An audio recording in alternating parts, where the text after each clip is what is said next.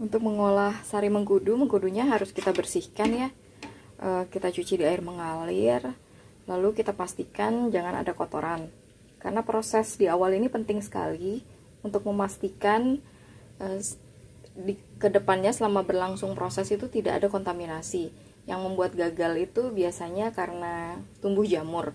Nah, kita tidak ingin itu terjadi, makanya di awal ini kita harus betul-betul membersihkan, gunakan sikat yang biasa kita gunakan mungkin untuk buah gitu, harus keringkan sampai sama sekali tidak ada air yang menempel di mengkudunya. Nah, kita lakukan dulu prosesnya ya.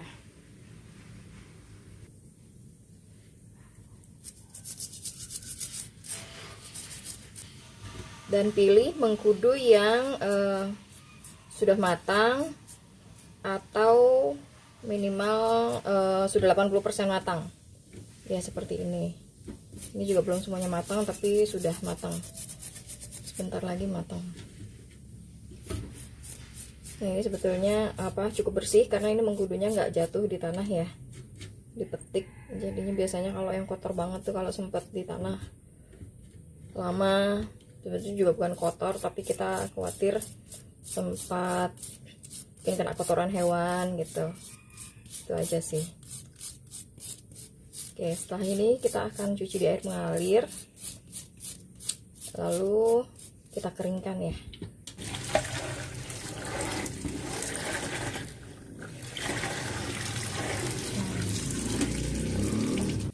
Nah, ini mengkudunya sudah tiris semua.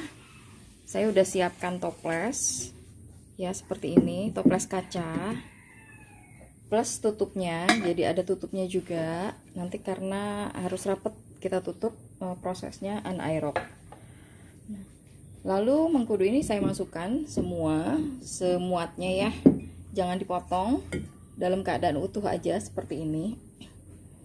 Jadi mengkudu ini yang bernama Morinda citrifolia ya, sebetulnya sudah dimanfaatkan oleh banyak negara di dunia. Bahkan mereka mematenkan ya produk-produknya yang untuk pengobatan kanker payudara, untuk diabetes, untuk bahkan produk kecantikan. Itu banyak negara sudah mematenkan seperti Jepang, Australia, Kanada, Cina, India, Jepang. Ada literaturnya ya. Nah, sayangnya justru di kita seringkali dia jatuh di jalan, terlindas mobil sampai banyak-banyak. Sedangkan di negara lain sudah dipatenkan menjadi berbagai macam produk yang bermanfaat untuk kesehatan. Jadi ya kita mulai dari rumah kita sendiri, memanfaatkan apa yang ada di halaman, memanfaatkan kekayaan alam kita. Walaupun memang ini bukan asli tanaman Indonesia ya, konon ini aslinya dari Hawaii, dan di Hawaii itu dikenal dengan sebutan miracle fruit. Pasti ada sebabnya namanya jadi dikenal dengan miracle fruit ya. Pasti karena mungkin membawa banyak manfaat buat penduduk setempat. Oke, ini udah padat semuanya, sepertinya udah nggak bisa masuk lagi. Jadi ini saya biarkan seperti ini, saya tutup rapat. Lalu kita apakan? Ini akan saya taruh di teras rumah. Oke, saya bawa dulu ke sana ya, nanti kita sambung. Nah, sari mengkudu ini saya taruh di teras rumah. Ini sebentar lagi dia akan kena panas. Daerah teras ini kebetulan cukup kena panas yang cukup panjang ya waktunya, mungkin dari sekitar jam 10-an dia akan kena panas sampai sekitar jam 3. Nah, ini ideal sekali. Terus pertanyaannya, kenapa harus terjemur sih gitu? Terjemur matahari ini membuat proses mengkudu ini dikompos ya. Jadi dia itu akan semakin matang secara natural, lalu mengeluarkan sari-sarinya. Terus matahari juga membantu supaya prosesnya ini minim kontaminan, karena ada ultraviolet, membuat dia jadinya tidak ada bakteri lain yang bisa tumbuh di dalamnya. Plus juga kondisinya nanti tidak nyaman untuk fungi atau jamur untuk tumbuh. Itu sebabnya paling ideal memang kalau bisa terjemur. Saya juga taruh di teras, maksudnya tidak di halaman terbuka, supaya kalau hujan saya nggak cepet-cepet repot-repot gitu ya lari-lari.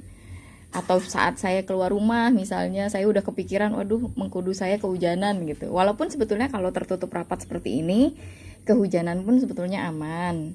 Tetapi kan kita nggak tahu ya, siapa tahu nih ada tutup bagian atasnya, apalagi punya saya ini atasnya juga terekspos gitu. Siapa tahu ada yang bocor-bocor gitu. Jadi malah nanti sari mengkudunya bisa terkontaminasi. Jadi seperti itu aja. Kita tunggu sampai kapan? Ya berdasarkan pengalaman yang sudah sih, rata-rata 1 bulan minimal 1 bulan, karena dia kan akan mengeluarkan airnya ini sedikit-sedikit ya, pelan-pelan. Jadi kalau belum optimal kita sudah panen, sayang. Bisa sih nanti kita tuang dulu air yang ada, lantas kita lanjutkan. Itu juga bisa seperti itu. Bahkan ini ada yang sampai bertahun-tahun ya teman-teman. Kalau teman-teman sabar untuk produksi-produksi yang besar, misalnya pas dapat banyak banget berkilo-kilo gitu, bisa itu disimpan sampai tahunan. Murni gitu ya, murni karena udah terfermentasi juga, plus aromanya jadi jauh lebih light, jadi jauh lebih ringan. Jadi untuk teman-teman yang belum tahu mengkudu, nanti pas dapet, nah bisa tahu tuh kenapa orang-orang selalu sebut wah baunya gitu. Baunya khas banget gitu ya. Oke, kalau memungkinkan video ini saya lanjut, nanti kita cek berapa hari ke depan.